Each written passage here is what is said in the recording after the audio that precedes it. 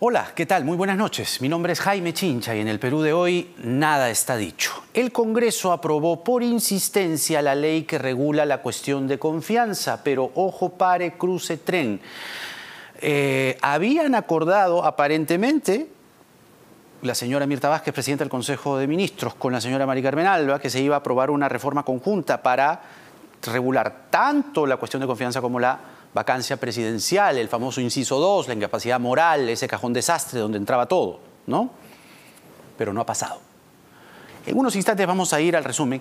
Y además, lo que queremos es entender en facilito qué es lo que ha aprobado el Congreso. Porque se ha regulado la cuestión de confianza, ¿no? ¿Qué significa eso? ¿Qué va a hacer el Poder Ejecutivo? La señora Mirta Vázquez también se ha pronunciado. Todo eso en minutos. Hoy nos reencontramos y vamos a tener una entrevista a continuación con el expresidente Francisco Sagasti, luego de los lamentables hechos de anoche en la presentación de su último libro, y donde le cayó el grupo radical extremista de ultraderecha, fascistoide, La Resistencia. Presidente Sagasti, ¿cómo está usted? Buenas noches. Muy buenas noches, Jaime. Gusto de estar con usted y con todos los televidentes y oyentes de RPP, como siempre. Mire, este es un programa periodístico, nos debemos a los hechos y a la actualidad. Y hay varias cosas que he estado recordando. Se ha aprobado lo que decía en la presentación, regular la cuestión de confianza. La señora Alba ha bajado al llano, ¿no? Inclinó la balanza a favor de la votación. Pero había quedado otra cosa con Mirta Vázquez. O sea, quedó una cosa con Mirta Vázquez y después pasó lo que pasó. No sé, yo recordé el día en que usted dejaba el cargo, no lo dejaron entrar al Congreso, la señora Alba se puso la banda, mientras usted también llevaba la banda puesta. ¿No le ha traído esos recuerdos? No, mire, no he seguido en detalle el debate en el Congreso, así es que no estoy al tanto de los pormenores, pero yo creo que lo que sucedió con la banda presidencial es un incidente, está perfectamente documentado y claramente establecido la secuencia de los hechos, y creo que no es necesario abundar más sobre ese tema. Lo que sí es importante, y aquí no es un problema reciente, pero es un problema que me tocó a mí experimentar y ver cuando era congresista y luego cuando estuve a cargo de la primera magistratura como presidente. Es el hecho de que hay algunos congresistas que desgraciadamente tienen la costumbre de acordar algo en reuniones, por ejemplo, en la Junta de Portavoces, y luego a la hora de expresar su votación en el Pleno tienen una posición distinta. Yo creo que es muy importante en política mantener la consistencia y la coherencia de las posiciones, esté uno donde esté en cualquier cargo. Usted estuvo durante su presidencia cercado por la vacancia, en realidad la censura, porque usted era congresista encargado de la presidencia. ¿Cree que Castillo tiene ahora ese cerco? Mire, prefiero no especular sobre esos temas, Jaime. No estoy siguiendo con suficiente detalle y de una manera muy acuciosa cada uno de los giros que tiene la política peruana, y algunos de ellos se producen en el mismo día.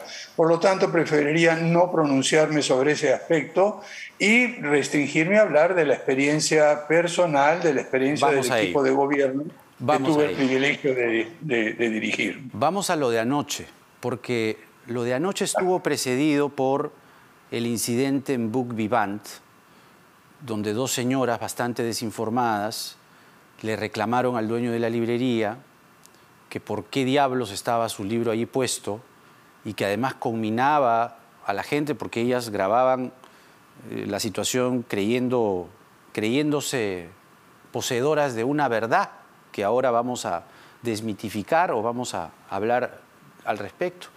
Pero ocurre lo de Book Vivant y luego ocurre lo de Primera Parada, este espacio de gestión cultural. Y ambas cosas me hacían pensar en una frase que, no sé, viene a colación. ¿Ladran sangre? ¿Sí? Bueno, miren, no, yo diría lo siguiente, en ese sentido, evidentemente uno no tiene que hacer caso, pero reflexionemos un poquito más sobre esto, ¿no? Yo creo que hay dos cosas muy diferentes. Una cosa es lo que sucedió en la librería que usted ha mencionado y otra cosa es lo que sucedió anoche en el lugar en que se presentaba un libro. Cualquiera que entra a cualquier librería o cualquier local tiene la posibilidad de expresar su propia opinión, sus propios puntos de vista, y si está dispuesta a debatirlos y intercambiar ideas, bienvenido. ¿No? Yo creo que eso no es ningún problema. Ahí la situación es diferente, es que simplemente no se quedaron a conversar ante la invitación de las personas que estaban atendiendo en la librería, y realmente lo que mostraba era un prejuicio, una manera de pensar totalmente distorsionada sobre algo, en la cual se descalificaba un punto de vista que estaba en un libro, simple y llanamente porque ellos estaban en desacuerdo con lo que creían que había sucedido. Eso es una cosa. Otra cosa es interrumpir de una manera casi violenta y violenta en algunos casos, porque realmente hubo maltrato a periodistas, algunas de las personas que estaban tratando de entrar a la presentación del libro y no se les dejó, se les insultó, en fin.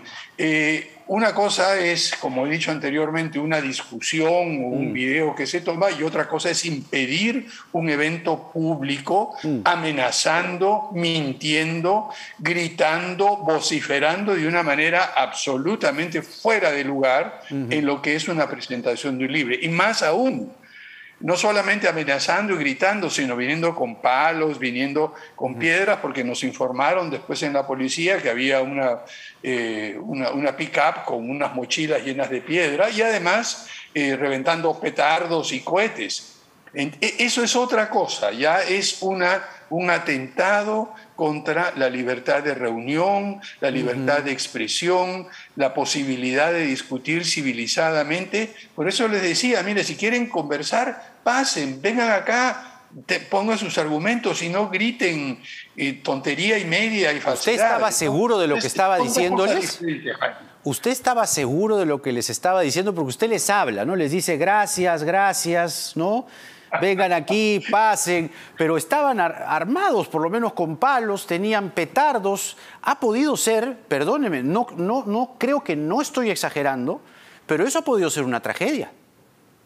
Mire, a mí lo que me preocupó en un momento determinado, se lo digo muy claramente, es cuando yo pensé que era una gritería, ¿no? Y uno no tiene que hacer caso a eso, por eso con Santiago Roncayolo tratamos de hablar un poco más fuerte, poner el micrófono, ¿no? La cosa siguió creciendo, pero cuando empezaron a reventarse petardos, la preocupación que me quedó a mí fue la siguiente: estos señores estaban detrás de una reja en un local en la cual había decenas de personas. Si se les ocurre tirar un petardo allá adentro, la gente va a salir corriendo, las puertas estaban cerradas y hubiera podido haber alguna tragedia. Ese fue el momento en el cual ya dije, no, hasta acá llegamos. Yo no puedo poner por la voluntad de continuar y de desafiar a estos energúmenos, no puedo poner en peligro, ni los organizadores pueden poner en peligro la seguridad de las personas.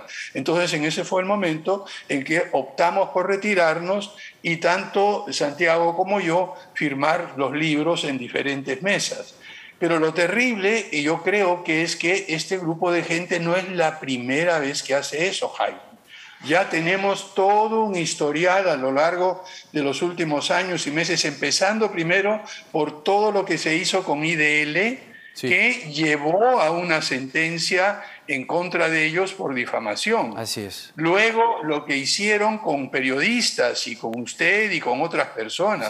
Lo que hicieron además con el presidente del Jurado Nacional de Elecciones y el jefe de la Oficina Nacional de Procesos Electorales. Lo que hicieron con Óscar Ugarte, el ministro de Salud del Gobierno de Transición y Emergencia, al cual amenazaron por romper los vidrios, y con la ministra de Vivienda, Construcción y Saneamiento. Entonces ya no estamos ante una cosa, un evento, una explosión, estamos ante un esquema predeterminado que requiere realmente pararlo de una vez. Así las cosas. No estamos hablando de gente que se puede manifestar, ¿no? Porque varios incautos, porque otra palabra no hay, incautos que dicen, oiga, pero la gente puede opinar, ¿no? Ustedes son unos, en fin, caviares que no respetan el pensamiento de otro, pensamiento único y todo lo demás. ¿Por qué no se denuncia a esta gente? ¿Usted los denunciaría? ¿Alguien del comité organizador de la presentación de su libro anoche denunciaría a estas personas? Porque ya es una suma de hechos que varios especialistas coinciden que puede ser causal de terrorismo. De hecho, el exministro del Interior, Juan Carrasco Millones, lo dijo, que iban a investigar a esta gente por terrorismo.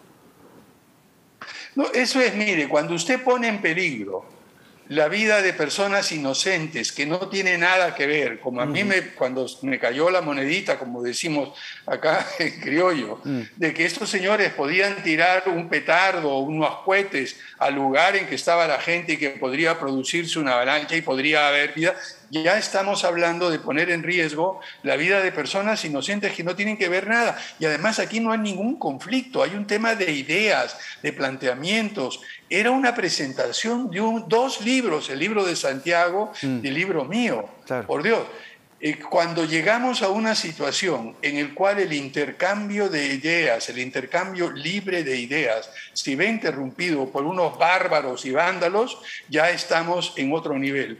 Ahora bien, yo no quiero que se victimicen. Si un expresidente mete una querella por difamación o todo, ay, van a decir abuso de... No. Yo creo que ya llegamos a un punto tal en que la acumulación de eventos de estos desaforados, de estos tipos realmente sin conciencia, cuyas caras ya conocemos, los hemos visto actuar, trataron de llegar también a Palacio, recordemos, y todo eso. Sí. Yo creo que estamos al punto del cual la Fiscalía de la Nación tiene que actuar de oficio.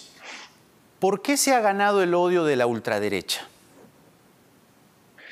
Mire, yo estoy tratando de averiguarlo, no tengo una respuesta. También me he ganado el odio, según me dicen, de la ultraizquierda. Así que ahí, digamos... De los ultras. Soy digamos, un captador de odios por igual de extremos.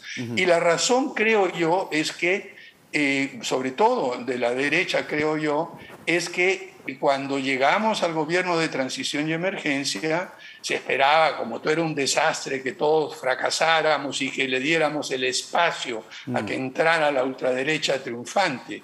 Pues no, hicimos las cosas razonablemente bien, tratamos de enfrentar la pandemia y eso es algo que no perdonan. Aquí en el Perú, desgraciadamente, hay muchas personas con puntos de vista muy extremos que no toleran que otros tengan éxito. O sea, lo que no toleran es que usted haya sido, de alguna manera, digamos, no es una exageración, son hechos, que usted haya sido el presidente que ha liderado la vacunación. No lo admiten, no lo pueden aceptar. No solo eso, sino un presidente que he tratado en todo momento de ser demócrata, transparente, abierto, hacer lo que digo, es decir, no prometer lo que no podemos hacer, demostrar que es posible gobernar bien, de manera honesta, eficientemente, y no teniendo los gángsters que hemos tenido en algunos momentos realmente terribles de nuestra vida política. Entonces, el mostrar que la política puede ser diferente, Jaime, a ellos lo ponen en evidencia. Merino de Lama ha sido denunciado por las muertes de Inti y Jan Brian, y esos mismos detractores sostienen que bajo esa premisa usted también debería ser denunciado por las protestas de Ica. ¿Qué tendría que responder a esas indicaciones? Mire, en las protestas de Ica no murió nadie. Lo que sí vimos que en las protestas de Ica se quemó una ambulancia, se tiró una ambulancia abajo. Recordemos lo que sucedió. Hubo una sola persona que murió en esas protestas y fue en Trujillo. En realidad y además se tomó la foto de la persona que, desobedeciendo órdenes explícitas, llevó un arma de fuego, está plenamente identificado y todo el proceso se inició inmediatamente. Inmediatamente, no hubo ningún ocultamiento ni nada porque esta persona desobedeció. Hubo otra persona que aparentemente falleció. Lo que se comprobó es que había sido por un ataque al corazón, no por un balazo ni nada. Entonces, lo que puedo decir con toda tranquilidad es que las órdenes que se dieron explícitamente desde el Ministerio del Interior a la policía y las órdenes que dio el director general de la policía es no usar arma de fuego, ni mucho menos. La responsabilidad en este caso de desobedecer una orden explícita de sus superiores recae en la persona que disparó y causó esa muerte. En su defensa, digamos, en esta comparación que pretenden hacer sus detractores de ponerle a usted y a Merino en el mismo nivel, es que las protestas... No tengo que defenderme de nada, Jaime. Por eso, las protestas de Ica y de Trujillo... No tengo que defenderme de nada, simplemente hay que ver los hechos. Ya, por eso, pues. Por eso. Que los hechos son distintos, es lo que usted dice. Exacto, exacto. Y en este caso, la denuncia a Merino, Flores Arauz y Rodríguez está bien planteada. Eso que lo decida el Poder Judicial, yo no tengo por qué juzgar esos temas, ni me interesa. Estamos durante el gobierno de transición y emergencia, no estábamos digamos, dedicados a juzgar, a acusar. No, las cosas siguen su curso normal. Lo que nos dedicamos en el gobierno de transición y emergencia es hacer lo que necesitaban todas las peruanas y todos los peruanos. Conseguir las vacunas, vacunar, reactivar la economía, realizar elecciones limpias, luchar contra la corrupción, ver la mejor manera de mejorar la educación con todas las limitaciones que teníamos y muchas otras cosas más que hicimos, como conexión, como vivienda, en fin, como seguro de salud para todos, como lo hicimos. Ese fue el objetivo central. No estábamos pensando qué pasaba con los gobiernos anteriores, ni los gobiernos de una semana u otra cosa más. Se ha construido un mito, una leyenda respecto a su época o la época en la que usted tuvo el desagradable, penoso momento, como cientos de peruanos más, de ser rehén por algunos días, la primera fase de la toma de la residencia del embajador japonés en diciembre de 1996.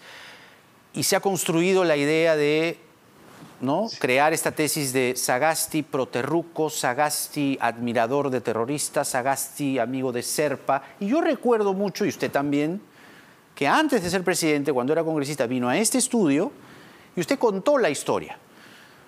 Pero aprovechando su presencia y aprovechando los hechos que han venido transcurriendo, han sucediendo con el clímax de anoche, ¿por qué cree que le dicen así? ¿Por qué le han zampado ese mote de amigo de Serpa, proterruco y tantas barbaridades más?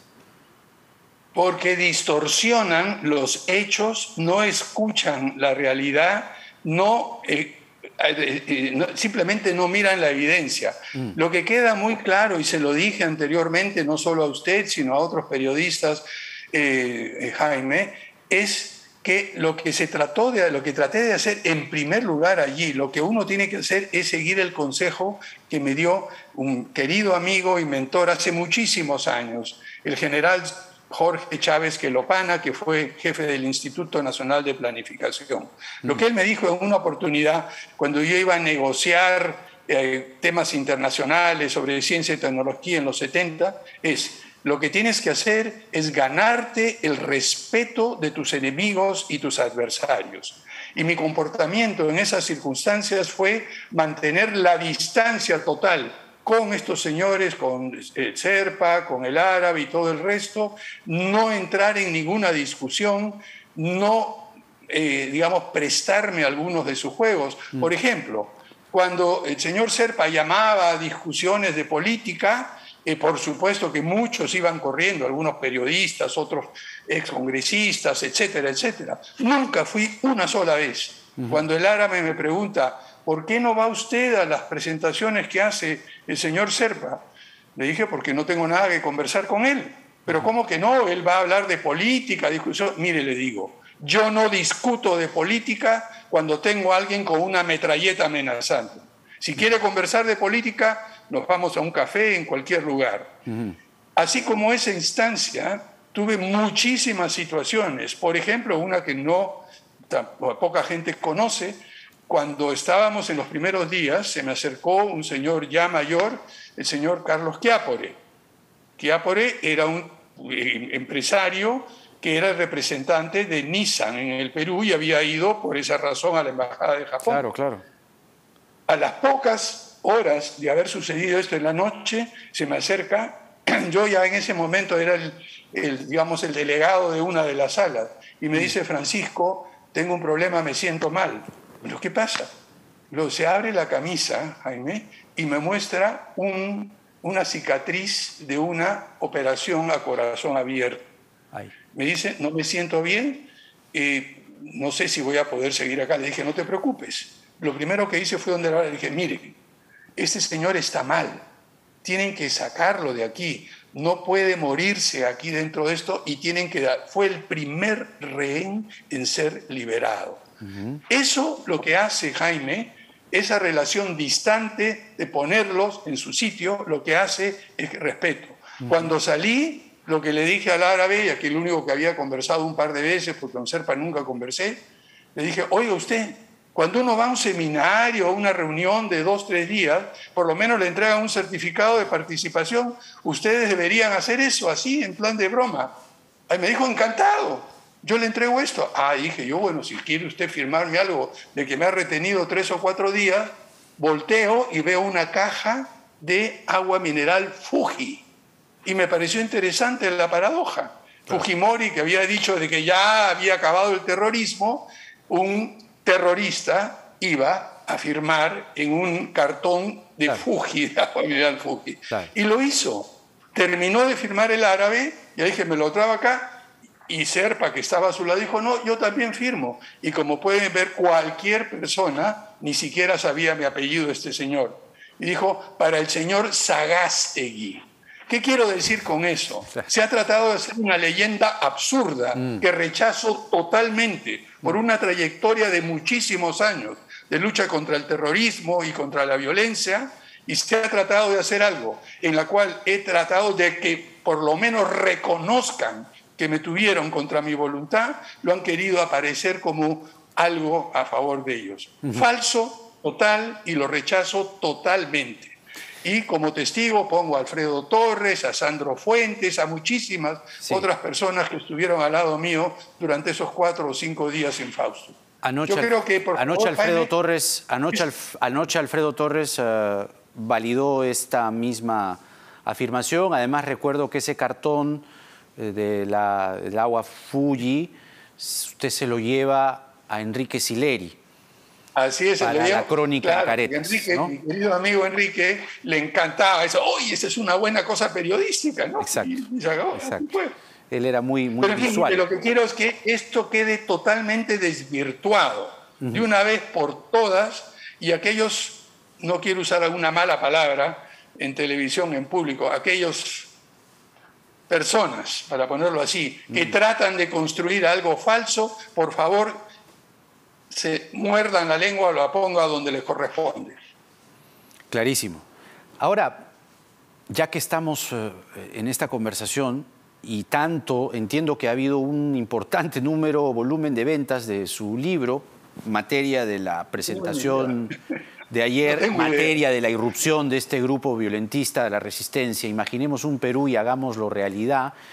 El título me hacía por ratos asociar a Perú, problema y posibilidad, sin, digamos, esa ambición, pero ¿qué es lo que plantea su libro? No he tenido la oportunidad de leerlo aún, ha sido anoche todo muy rápido, lo voy a leer apenas lo tenga en mis manos, lo voy a ir a comprar mañana mismo, pero ¿cuál es, digamos, el ángulo? ¿Qué es lo que está planteando? ¿Tiene esa idea de Basadre? Sí, mire, mire, por supuesto que estoy inspirado en Basadre, toda mi generación y la generación de jóvenes actuales también está inspirada y debemos estar inspirada en Jorge Basadre, ese gran maestro. Pero la idea es esta, muy sencilla.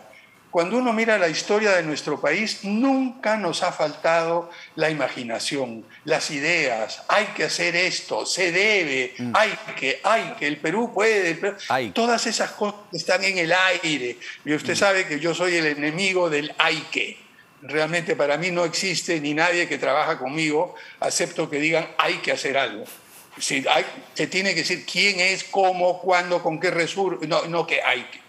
Entonces lo que sucede es que en el Perú hemos tenido realmente ideas extraordinarias, tenemos recursos maravillosos, pero la conexión entre esas ideas, esa imaginación y la realidad prácticamente no existe. ¿Por qué? Porque hay muchísima otra gente que está metida en política, en gestión y todo, y no quiere saber nada de los intelectuales. Algo como lo que pasó ayer, las ideas, los libros no cuentan. Y por otra parte, muchísimos intelectuales y personas profesionales de altísimo nivel que dicen, no, la política es cochina, es sucia, ¿para qué me voy a meter? El resultado es un divorcio, Jaime, entre las ideas y la acción.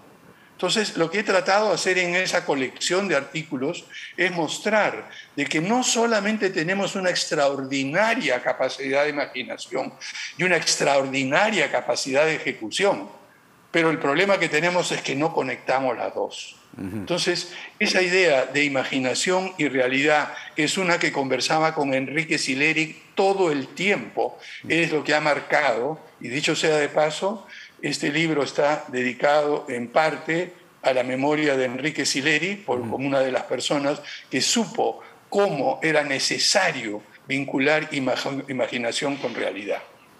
Uno de los más grandes directores de la prensa escrita que ha tenido el Perú. Una premisa también se está instalando, sobre todo se instaló al principio. Y uno que lo instaló fue Belmont. Castillo es la continuación de Sagasti. ¿Es cierto? Mire, pregúntele al señor Castillo, porque yo no sé, realmente veamos lo que hace. Lo que quisiéramos y lo que yo quisiera es que no se diga que fulano de tal fue la continuación de tal, sino que podamos tener toda una continuidad en aquellas políticas importantes para el país, que no tengamos el complejo de Adán, de que todo empieza cuando yo llego. Lo importante es, y lo que hicimos nosotros en el gobierno de transición y emergencia, Jaime, y queridos oyentes de RPP, es ver lo que se había hecho en el gobierno y los gobiernos anteriores. ¿Qué funciona? ¿Qué no funciona? La política económica bajo la ministra Alba estaba en buen camino. Hicimos ajustes, cambiamos, la presencia de Waldo Mendoza ayudó a reorientar muchas cosas, entre ellas, dicho sea de paso, la universalización del seguro integral de salud, que es una propuesta del Ministerio de Economía y Finanzas, a la cual tenemos que agradecerle todos los peruanos. Pero se continúa, Jaime. No es que uno dice, se acabó esto y desaparece todo. Esa es una de las tragedias de nuestra política. Pero ideológicamente, ¿usted siente alguna proximidad, alguna cercanía con Castillo? ¿Usted? Mire, no he tenido la oportunidad de leer los planteamientos ideológicos. ¿Pero lo que ha escuchado? Lo siento mucho. Los he escuchado, pero no lo suficiente, así es que no podría contestarle eso. Y hablando de este señor que instala la idea, como otros, de Castillo es la continuación de Sagasti, curiosamente ahora es asesor de Castillo, ¿qué sensación le produce, si es que alguna le ha producido? Belmont, digo. Ninguna. Yo creo que veamos lo que hizo y lo que ha dicho y cada uno que juzgue. Ahí, en esos temas, Jaime, yo no entro en ese nivel de detalle. Mis puntos de vista, mis opiniones son sobre los hechos, sobre las políticas, los planteamientos. Nunca emito opinión sobre una persona u otra. Ya me conoce usted y me conocen todos los televidentes y oyentes de RPP. Bueno, ha sido un gusto conversar, presidente Sagasti, esta noche con usted y hasta una nueva oportunidad. Y felicitaciones por el libro. Esperamos, sí, lo que quisiera, por favor, es que continúe el proceso de vacunación y volver a hacer una exhortación, como lo hicimos durante el gobierno de transición y emergencia, el ministro de Salud, varios ministros y yo mismo, la presidenta del Consejo de Ministros, por favor, vacúnense. Es la mejor defensa. Las 2 dosis son esenciales y nos queda realmente muy poco, digamos, tiempo. En unos pocos meses tenemos las vacunas. Por favor, vacúnense todos con las 2 dosis. Muchas gracias, Jaime. Solo para, digamos, terminar, sí, yo también suscribo eso. La gente se tiene que vacunar. Tenemos que llegar a 25 millones de personas como mínimo vacunadas para lograr la inmunidad de rebaño, pero sí, pues, con un señor antivacunas de asesor presidencial da un poco de miedo.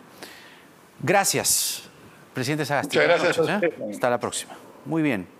Ha sido el expresidente de la República, Francisco Sagasti, a propósito de lo sucedido anoche en la presentación de su último libro, Imaginemos un Perú mejor y hagámoslo realidad, que se está vendiendo un montón. ¿Y gracias a quién? Bueno, evidentemente la obra de por sí, no hay que ser mezquinos, pero esta clase de cosas, señores, bueno, señores en realidad no, este grupito de la resistencia, un grupo extremista, fascistoide, miren, le han terminado haciendo un favor. ¿Ah? Así que le salió el tiro por la culata. Y ya las cosas que está haciendo la resistencia califica para una denuncia. El Ministerio Público de oficio, tranquilamente, puede comenzar ya una investigación seria que termine con esto. Esto tiene que parar. No lo podemos tolerar. Les decía que hoy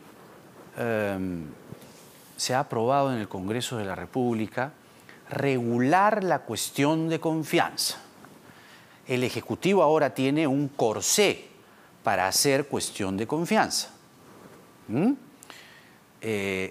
El tema aquí es que recordemos que ayer la presidenta del Consejo de Ministros, Mirta Vázquez, se reunió con la señora Mari Carmen Alba, presidenta del Congreso, y tal parece, como hemos visto en un mensaje grabado de la señora Mirta Vázquez y luego en un tuit, que la cosa ha quedado un poco, o ha quedado un poco el Ejecutivo en offside o descolocado, porque la idea aparente es que se iban a regular tanto la cuestión de confianza, que ya se reguló, pero también la vacancia presidencial, en su inciso 2, la incapacidad moral permanente. Vamos a hacer una brevísima pausa y vamos a regresar con el resumen y sobre todo para que quede claro, así explicadito, puntualmente, qué es lo que ahora el Poder Ejecutivo va a poder hacer si quiere hacer cuestión de confianza y cómo queda la figura de la vacancia presidencial sobre la que no se ha hecho nada, porque nada está dicho.